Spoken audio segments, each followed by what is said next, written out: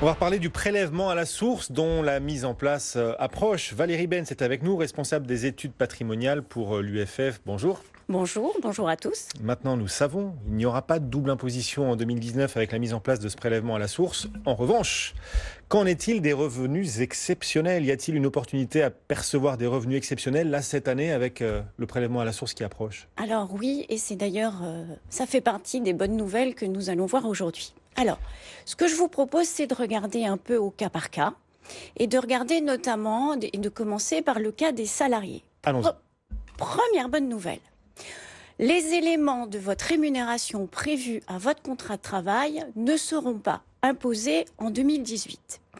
Ce qui veut dire, et prenons un exemple simple, si vous avez par exemple une prime sur objectif, que cette année vous faites une très belle année 2018, et donc que vous percevez une très belle prime sur objectif, quel que soit son montant, à partir du moment où elle est prévue à votre contrat de travail, elle ne sera pas imposée en 2018. Sous réserve d'être versée avant la fin de l'année. Eh bien, oui, en effet, sous réserve d'être versée avant le 31 décembre 2018. Donc, il vous reste encore 1 mois et demi pour percevoir cette fameuse prime ou convaincre votre patron, c'est ça l'idée? C'est ça, c'est absolument ça.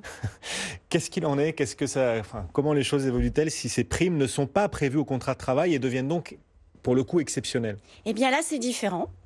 Donc, dans ce cas-là, elles vont être en effet imposables au titre des revenus exceptionnels. Toutefois, là aussi, autre bonne nouvelle, c'est que le taux d'imposition qui sera appliqué en 2018 sera inférieur à celui que vous auriez pu avoir en 2019 dans les mêmes conditions. Donc c'est mieux.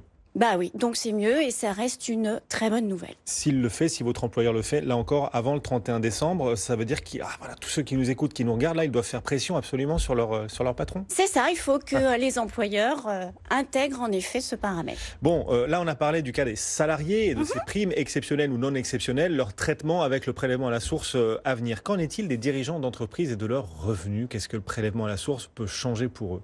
Alors, deux cas de figure. Vous avez soit des dirigeants d'entreprise qui contrôlent leur rémunération et vous avez ceux qui ne la contrôlent pas. Ceux qui ne la contrôlent pas, le système est identique à celui des salariés. Pour ceux qui la contrôlent, comme la majorité des chefs d'entreprise, dans ce cas-là, la mécanique est un petit peu différente. D'abord, première bonne nouvelle, eux non plus ne seront pas imposables sur les revenus de 2018 à partir du moment où ils n'excèdent pas les revenus perçus entre 2015, 2016 et 2017. C'est un savant calcul à faire. Oui. Alors, oui et non. Parce que finalement, ce qui va se passer, c'est que l'administration fiscale va regarder l'année 2015, 2016, 2017. Elle va retenir éventuellement l'excédent et c'est au titre de cet excédent que vous serez éventuellement taxé sur les revenus exceptionnels. Comprenons bien, ça veut dire que si chaque année précédente, il y a eu une légère augmentation annuelle et que cette année, il y a une augmentation dans la ligne droite, ça va bien se passer. Si au contraire, on prend l'ascenseur, là, bingo. Alors, bingo, oui ou non?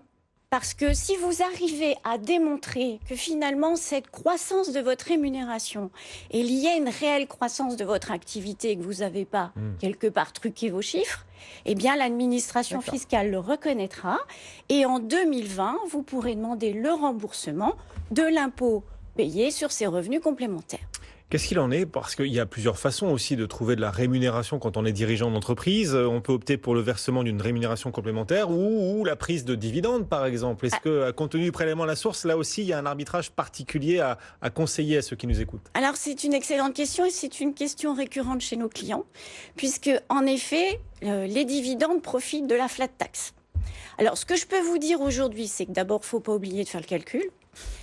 En revanche, il y a une règle que nous avons pu démontrer, c'est que si votre tranche marginale d'imposition est supérieure ou égale à 41%, dans ce cas-là, fiscalement, vous avez intérêt à vous verser des dividendes et à laisser la flat tax s'appliquer. D'accord. Et vous versez dividendes particulièrement avant le 31 décembre Oui. Ou on peut finalement attendre l'an prochain aussi, puisque la flat tax sera aussi active l'an prochain? Ah oui, mais absolument. Dans ce cas-là, il n'y a pas d'intérêt, en effet, particulier à se les verser plus tôt, vous avez raison, en 2018 qu'en 2019. Absolument.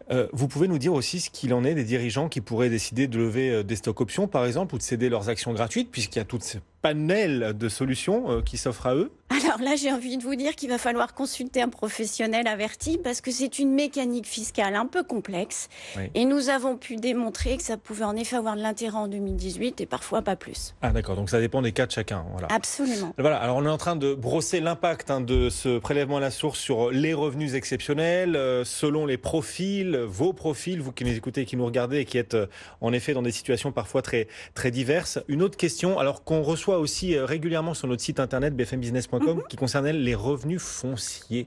Oui. L'arrivée du prélèvement à la source, est-ce que c'est une mauvaise nouvelle pour les bailleurs, ceux qui font de l'investissement locatif? Alors, non, pas du tout, puisque finalement, les revenus fonciers sont des revenus courants qui ne seront pas imposés en 2018. Donc ça, c'est la bonne nouvelle.